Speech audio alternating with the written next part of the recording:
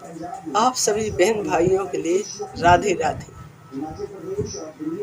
अब मैं आप सभी लोगों के लिए प्रस्तुत करती हूँ सृष्टि की रचना किस तरह से हुई है। एक बार क्या हुआ, ब्रह्मा जी विष्णु जी के पास गए और जाकर विष्णु जी से बोलते हैं कि आप मेरे पिताजी हैं, लेकिन आपके पिताजी कौन हैं? तो विष्णु भगवान ने कहा, ऐसा करिए, चलिए मेरे साथ।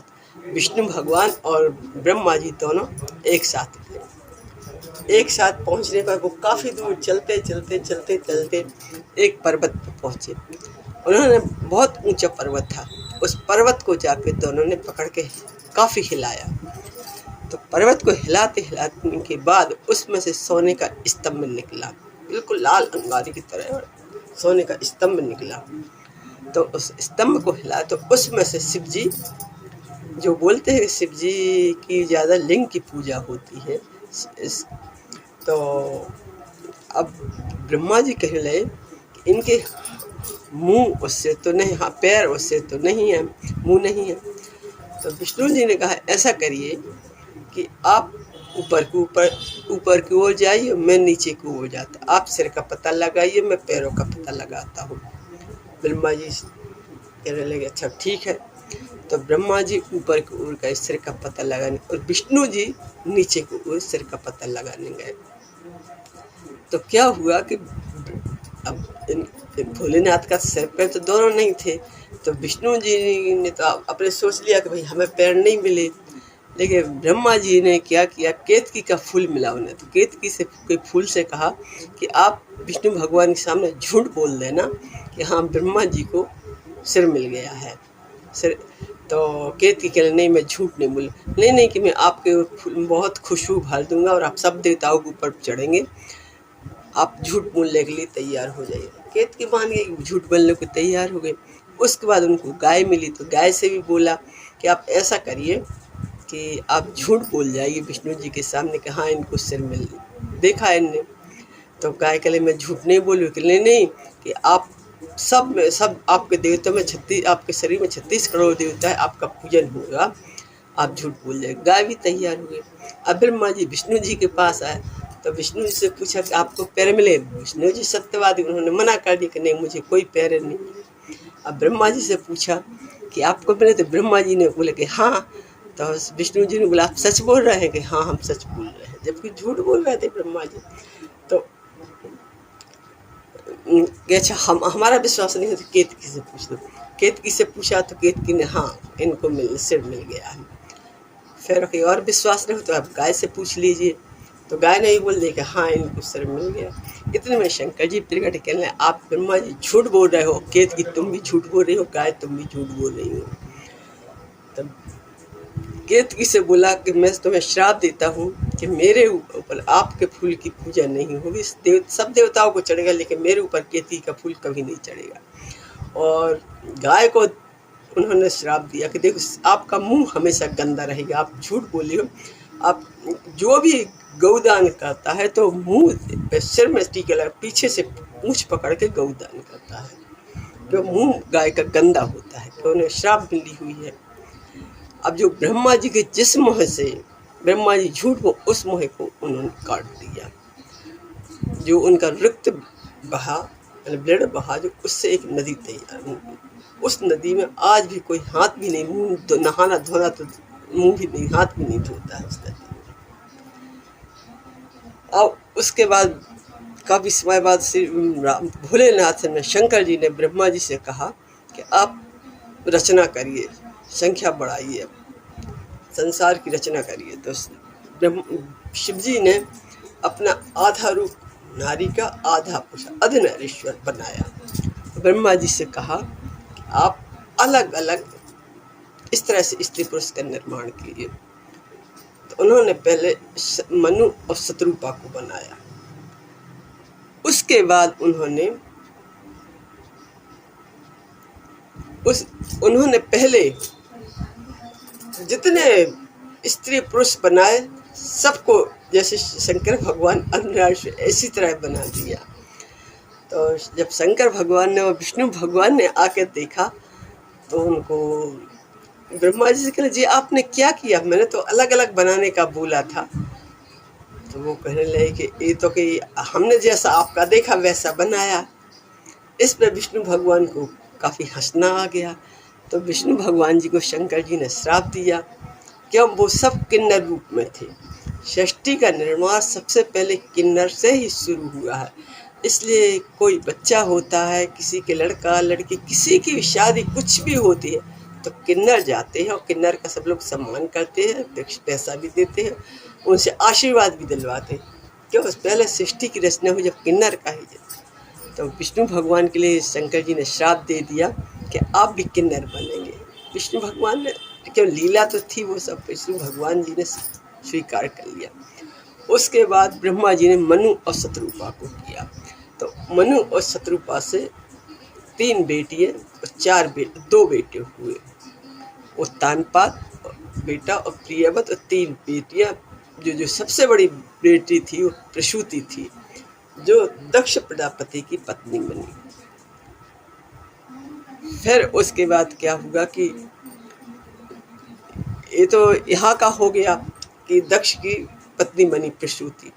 अब जो भगवान विष्णु जी को श्राप दिया था शंकर जी ने किन्नर बनने का, तो जब महाभारत शुरू होने लगा तो पांडवों ने जगदम्बा की आराधना की। कृष्ण भगवान ने सब मिल के जगदम्बा की आराधना, जगदम्बा प्रकट हो गई। तो जगदम्बा ने बोला कि युद्ध होने से पहले 2 बलि लेंगे, एक पांडव की एक कौरव की। जब ये बात कौरव ने सुनी तो कौरव बड़े खुशी है कि हमारे तो 100 भाई है, यदि एक चला भी गया तो कोई बात नहीं है।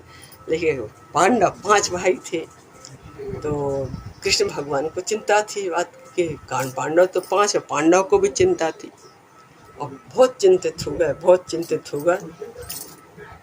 अब उसके बाद कृष्ण भगवान को याद आया, अच्छा जब अर्जुन द्रौपदी को लाए थे तो उनकी माँ ने बोल दिया कि जो कुछ भी आप 5 भाई मिल के ले लो। जब उनको पता चला कि ये तो लड़की है, द्रौपदी है, तो द्रौपदी से पूछा कि आप 5 पति के साथ शादी करने तैयार है? क्यों, पिछले जन्म में जब जो कन्या थी, इसने जब शंकर जी की प्रार्थना की थी तब इसने 5 बार बोला था मुझे पति चाहिए, पति चाहिए, पति चाहिए, 5 बार बोला था। तो शंकर भगवान तथास्तु कह दिया था, इसलिए इनकी शादी 5 पतियों के साथ हुई। तो द्रौपदी कहने लगी मैं शादी करने के लिए तैयार हूँ 5 से, लेकिन मेरी शर्त एक है कि मैं जिस पति के साथ एक साल रहूँगी उस कमरे में कोई दूसरा पति नहीं जाएगा। तो कौरव पांडव लोग सभी 5 भाई तैयार हो गए।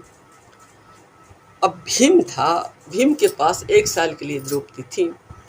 तो कोई काम आ गया ऐसा, तो अर्जुन धोखे से उसी कमरे में चले गए। तो ये शर्त थी कि यदि जो भी उस कमरे में आएगा उसके लिए 5 साल का वनवास हो गया। तो अर्जुन धोखे से उस कमरे में आ गए, तो अर्जुन के लिए 5 साल का वनवास दिया गया। अर्जुन जी के लिए 5 साल का वनवास होने पर वन को चले गए। फिर उधर उनको कोई लड़की से उनकी शादी भी हो गई। शादी से एक पुत्र भी होगा जिसका नाम R1 है, वो पुत्र भी पैदा हो गया।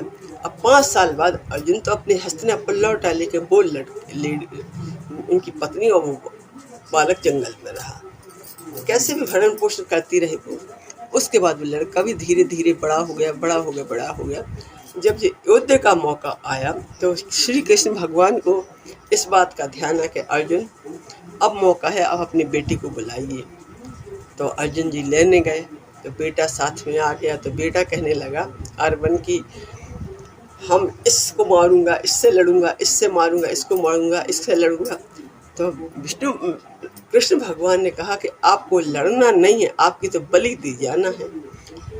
तो वो कहले मैं अपनी बलि नहीं करवाऊंगा। क्यों कि जो बिना शादी के मरता है उसके लिए ना तो कोई पिंडदान लगता है, चाहे उसको गया में विसर्जन करो, चाहे कुछ भी करो, चाहे ब्राह्मण भोजन कराओ, कुछ भी करो, लेकिन उसको कुछ नहीं लगता है। कि मेरी एक रात के लिए मेरी शादी करवाओ, तब मैं बलि के लिए तैयार हुआ। हस्तिनापुर में पूरा दिन उन लोगों ने देखा, कोई लड़की कोई माँ बाप, कोई लड़की कैसे तैयार हुई कि उसका पति से रात में शादी हुई, सुबह उसको बलि दी जाएगी। कोई भी लड़की तैयार नहीं, किसी के माँ बाप तैयार नहीं हुए। अब श्री कृष्ण भगवान भी चिंता में, पांडव लोग भी काफ़ी चिंता में कि क्या किया जाए, क्या किया जाए। कोई भी लड़की शादी करने को तैयार। तब श्री कृष्ण भगवान को ध्यान आया कि विष्णु जी को जो शंकर जी ने श्राप दिया था किन्नर बनने का, अब उनकी प्रार्थना, उन्होंने विष्णु भगवान की आराधना की। विष्णु भगवान कहले, प्रभु अब आप किन्नर बनिए और इससे शादी करिए आप। तो इनको तो श्राप था, तो इनको तो एक बार किन्नर बनना था। तो विष्णु भगवान भी राजी हो गए। फिर विष्णु भगवान जब राजी हो गए तो रात के किन्नरों का ये है कि रात के 12 बजे से रात के 4 बजे तक इनकी शादी होती है। इससे ना पहले ना बाद में 12 से 4 के बीच में इनकी शादी होती है। तो 12 से 4 के बीच में विष्णु भगवान जो किन्नर बने हुए थे उस लड़के से शादी हो गई। अब उसकी शादी हो गई, सुबह वो तैयार हो गया बलि के लिए, उसकी बलि दी गई। यहाँ युद्ध शुरू हो गया। अब जो जो जो बाकी किन्नर हैं और अभी भी जो भी किन्नर हैं, तो उनकी शादी 12 से 4 के बीच और किसके साथ होती है? जो मटका होता है मिट्टी का, उसके साथ शादी होती है और उसको फिर फोड़ दिया जाता है। 4 के पहले फोड़ दिया जाता है उसको। ये बात गुरुजनों के मुंह से हमने सुना है, इसलिए आप सब लोगों के सामने प्रस्तुत कर रही हूँ। तो इधर एक कौरव पांडव के युद्ध शुरू हो गया। दुर्गा जी तो बलि लेके अंतर ध्यान हो गई थी और इधर जो विष्णु भगवान का श्राप था वो भी खत्म हो गया। और इधर इस लड़के के बलि देने से युद्ध अच्छे से हुआ और अंत में उसमें पांडव की विजय हुई। पांडव की विजय हुई, लेकिन गांधारी ने कृष्ण भगवान को श्राप दिया कि जिस तरह यदि कृष्ण भगवान नहीं होते साथ में, सारथी नहीं बनते, तो पांडवों को जीतना नामुमकिन था। लेकिन कृष्ण भगवान की वजह से पांडव लोग जीते हैं। तो गांधारी ने उनको श्राप दिया कि जिस तरह आपने हमारे वंश का नष्ट करवाया, इसी तरह आपका वंश भी नष्ट हो जाएगा। तो सब लोग, आप सभी ने सुना होगा कि जब मुनि के पास उनके पोते पेट में कपड़ा बांध के मुनि के पास गए, पूछा कि इनके यहाँ क्या होगा, लड़का होगी या लड़की होगी। तो मुनि ने बोला कि इनके यहाँ कुछ नहीं होगा, मूसल होगा। क्यों? अब मुनि लोग तो सब जानते थे कि ये कपड़ा रखे हुए हैं पेट में, इसलिए डिलीवरी का नाटक कर रहे हैं। तो जो मूसल था उसको चूरा बनाया गया, चूरा बना के समुद्र पर फेंका गया। उसमें आरा नाम की घास उत्पन्न हुई। वो घास इस तरह से थी कि जिसके ऊपर फेंक के मारते थे वो आदमी मर जाता था। तो यादव लोग एक दूसरे को वो आरा घास मार के एक दूसरे को मारते हुए सब मर गए। जो श्री कृष्ण अच्छा, जो उसकी जो नुक थी मूसल की, वो एक मछली निकल गई थी। तो वो मछली की निकल गई थी, तो वो उसको निकाला। मछली को जब काटा तो वो निकली, तो इसने बहेलिया ने अपना तीर में लगा लिया। तीर में लगाने के बाद जब भगवान श्री कृष्ण जी लेटे हुए थे तो इसने सोचा कि कोई जानवर है और वो तीर मार दिया। तो वो तीर भगवान जी को लगा। भगवान जी को तीर लगने के बाद जब बहेलिया ने हाँ आवाज़ सुनी तो बहेलिया तुरंत दौड़ के आया, देखा, अरे ये तो भगवान साक्षात कृष्ण भगवान हैं। तो उसने क्षमा मांगी। तो वो कहने लगे कि बराबरी हो गई, राम जन्म में हमने आपको तीर मारा था, कृष्ण जन्म में आपने मुझे मारा है, बराबरी हो गई है दोनों में, कोई क्षमा मांगने की ज़रूरत नहीं है। और श्री कृष्ण भगवान सब अपने अपने धाम को चले गए। पूरा यादव वंश इस तरह से नष्ट हुए। क्यों? गांधारी का श्राप था यादव के लिए। इधर गांधारी का पूरा वंश खत्म हो गया था, तो इधर श्री कृष्ण भगवान का भी हो गया था। इस तरह से होते होते पूरा वो सब जो श्री कृष्ण भगवान है वो सब भगवत गीता पे विराजमान हो गए और साथ में राधा रानी भी विराजमान है। तो राधा रानी का नाम भागवत में पहले नहीं लिया गया था, तो राधा रानी ने बोला कृष्ण भगवान से कि मेरा नाम कहीं भी नहीं है। तो पहले सिर्फ भागवत बोला जाता, लेकिन अब श्रीमद् भागवत गीता हो गया। तो श्रीमद् यानी जे राधा जी के नाम से श्रीमद् हो गया है। भागवत का सिर्फ पहले भागवत ही नाम था, अब श्रीमद् भागवत हो गया है। उसमें जी राधा जी का नाम राधे। अब भागवत का तो फिर आप सभी लोग जानते हो कि भागवत में सुनने में कितना आनंद आता है, कितना अच्छा लगता है। अच्छा, आप सभी लोगों से मेरे बोलने में कुछ कोई गलतियाँ हो गई हो तो आप सभी लोग मुझे क्षमा करें। इसके आगे की दूसरी कथा अगले एपिसोड में आप सभी लोगों को सुनाऊंगी। आप सभी लोगों को राधे राधे।